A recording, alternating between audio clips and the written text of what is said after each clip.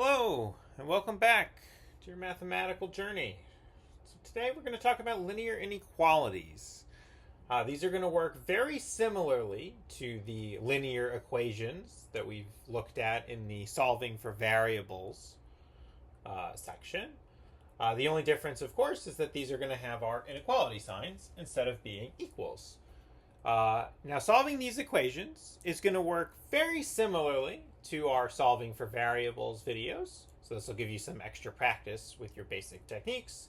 But there's going to be one slight twist, and I will point it out when we get to it. So first, let's do this one here on the left. 5x plus 3 is less than 18.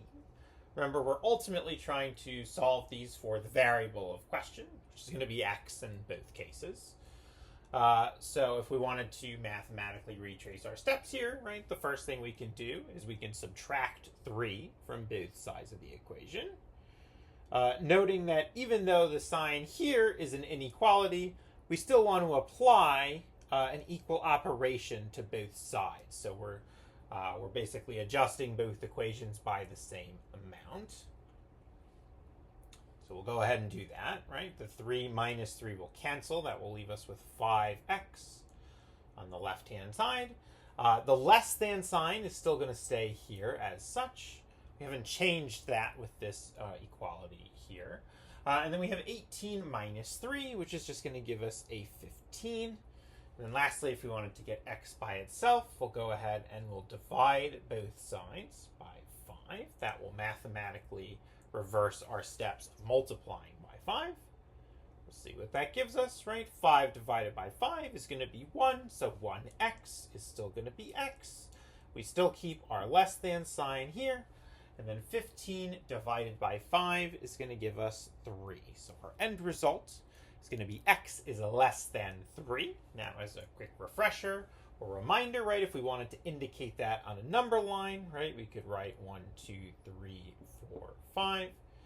Since this is strictly less than, that means we're going to make an open circle at 3, and then we want everything to the left of that. We want everything less than 3. So if we need to indicate that on a number line, that would be our answer for this one. Fairly straightforward in this case. Now, let's take a look at the one on the right. We have 18 minus 2x is less than or equal to 10. So once again, right, we want to isolate this variable 2x here. We want to sort of mathematically retrace what's going on here.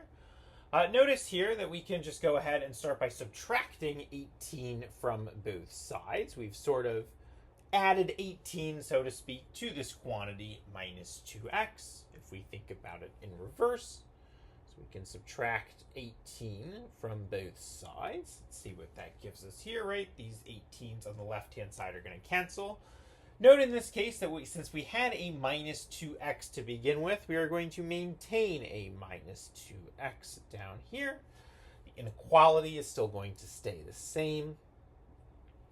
And then 10 minus 18, right? That's a trip into negative numbers. That's going to give us negative 8 as an answer.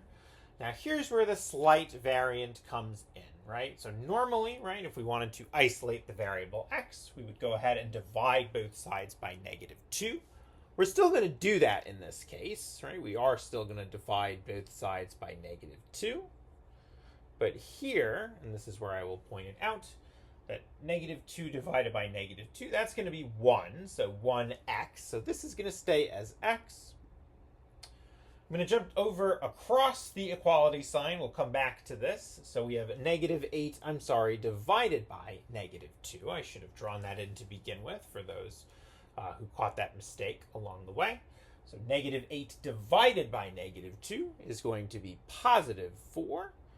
And note, whenever we solve an inequality and we end up either multiplying or dividing both sides by a negative number in the process of solving for our variable, we are going to flip the inequality sign. So in this case, we're going to go from less than or equals to, we're going to flip that over to be greater than or equals to. So our final answer is going to be x is greater than or equals to 4. Just to give you a quick numerical example of why that's going to work, right? Let's pick a number that's greater than or equal to 4. Let's pick the number 5, right? And let's see what happens when we evaluate this equation, or inequality rather, when x equals to 5. So, right, 2 times 5 is 10. 18 minus 10 would be 8. And 8, sure enough, is less than or equal to 10. So indeed, this does reflect the proper set of numbers in this case. Last thing we'll do here is we'll go ahead and draw it on our number line. Right? Since this is greater than or equal to, we will go ahead and close this circle, because that's what we do in this case. And then we want everything, in this case, actually to the right, since we want greater than or equals to.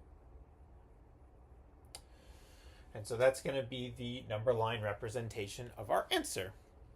So, yep, fairly straightforward.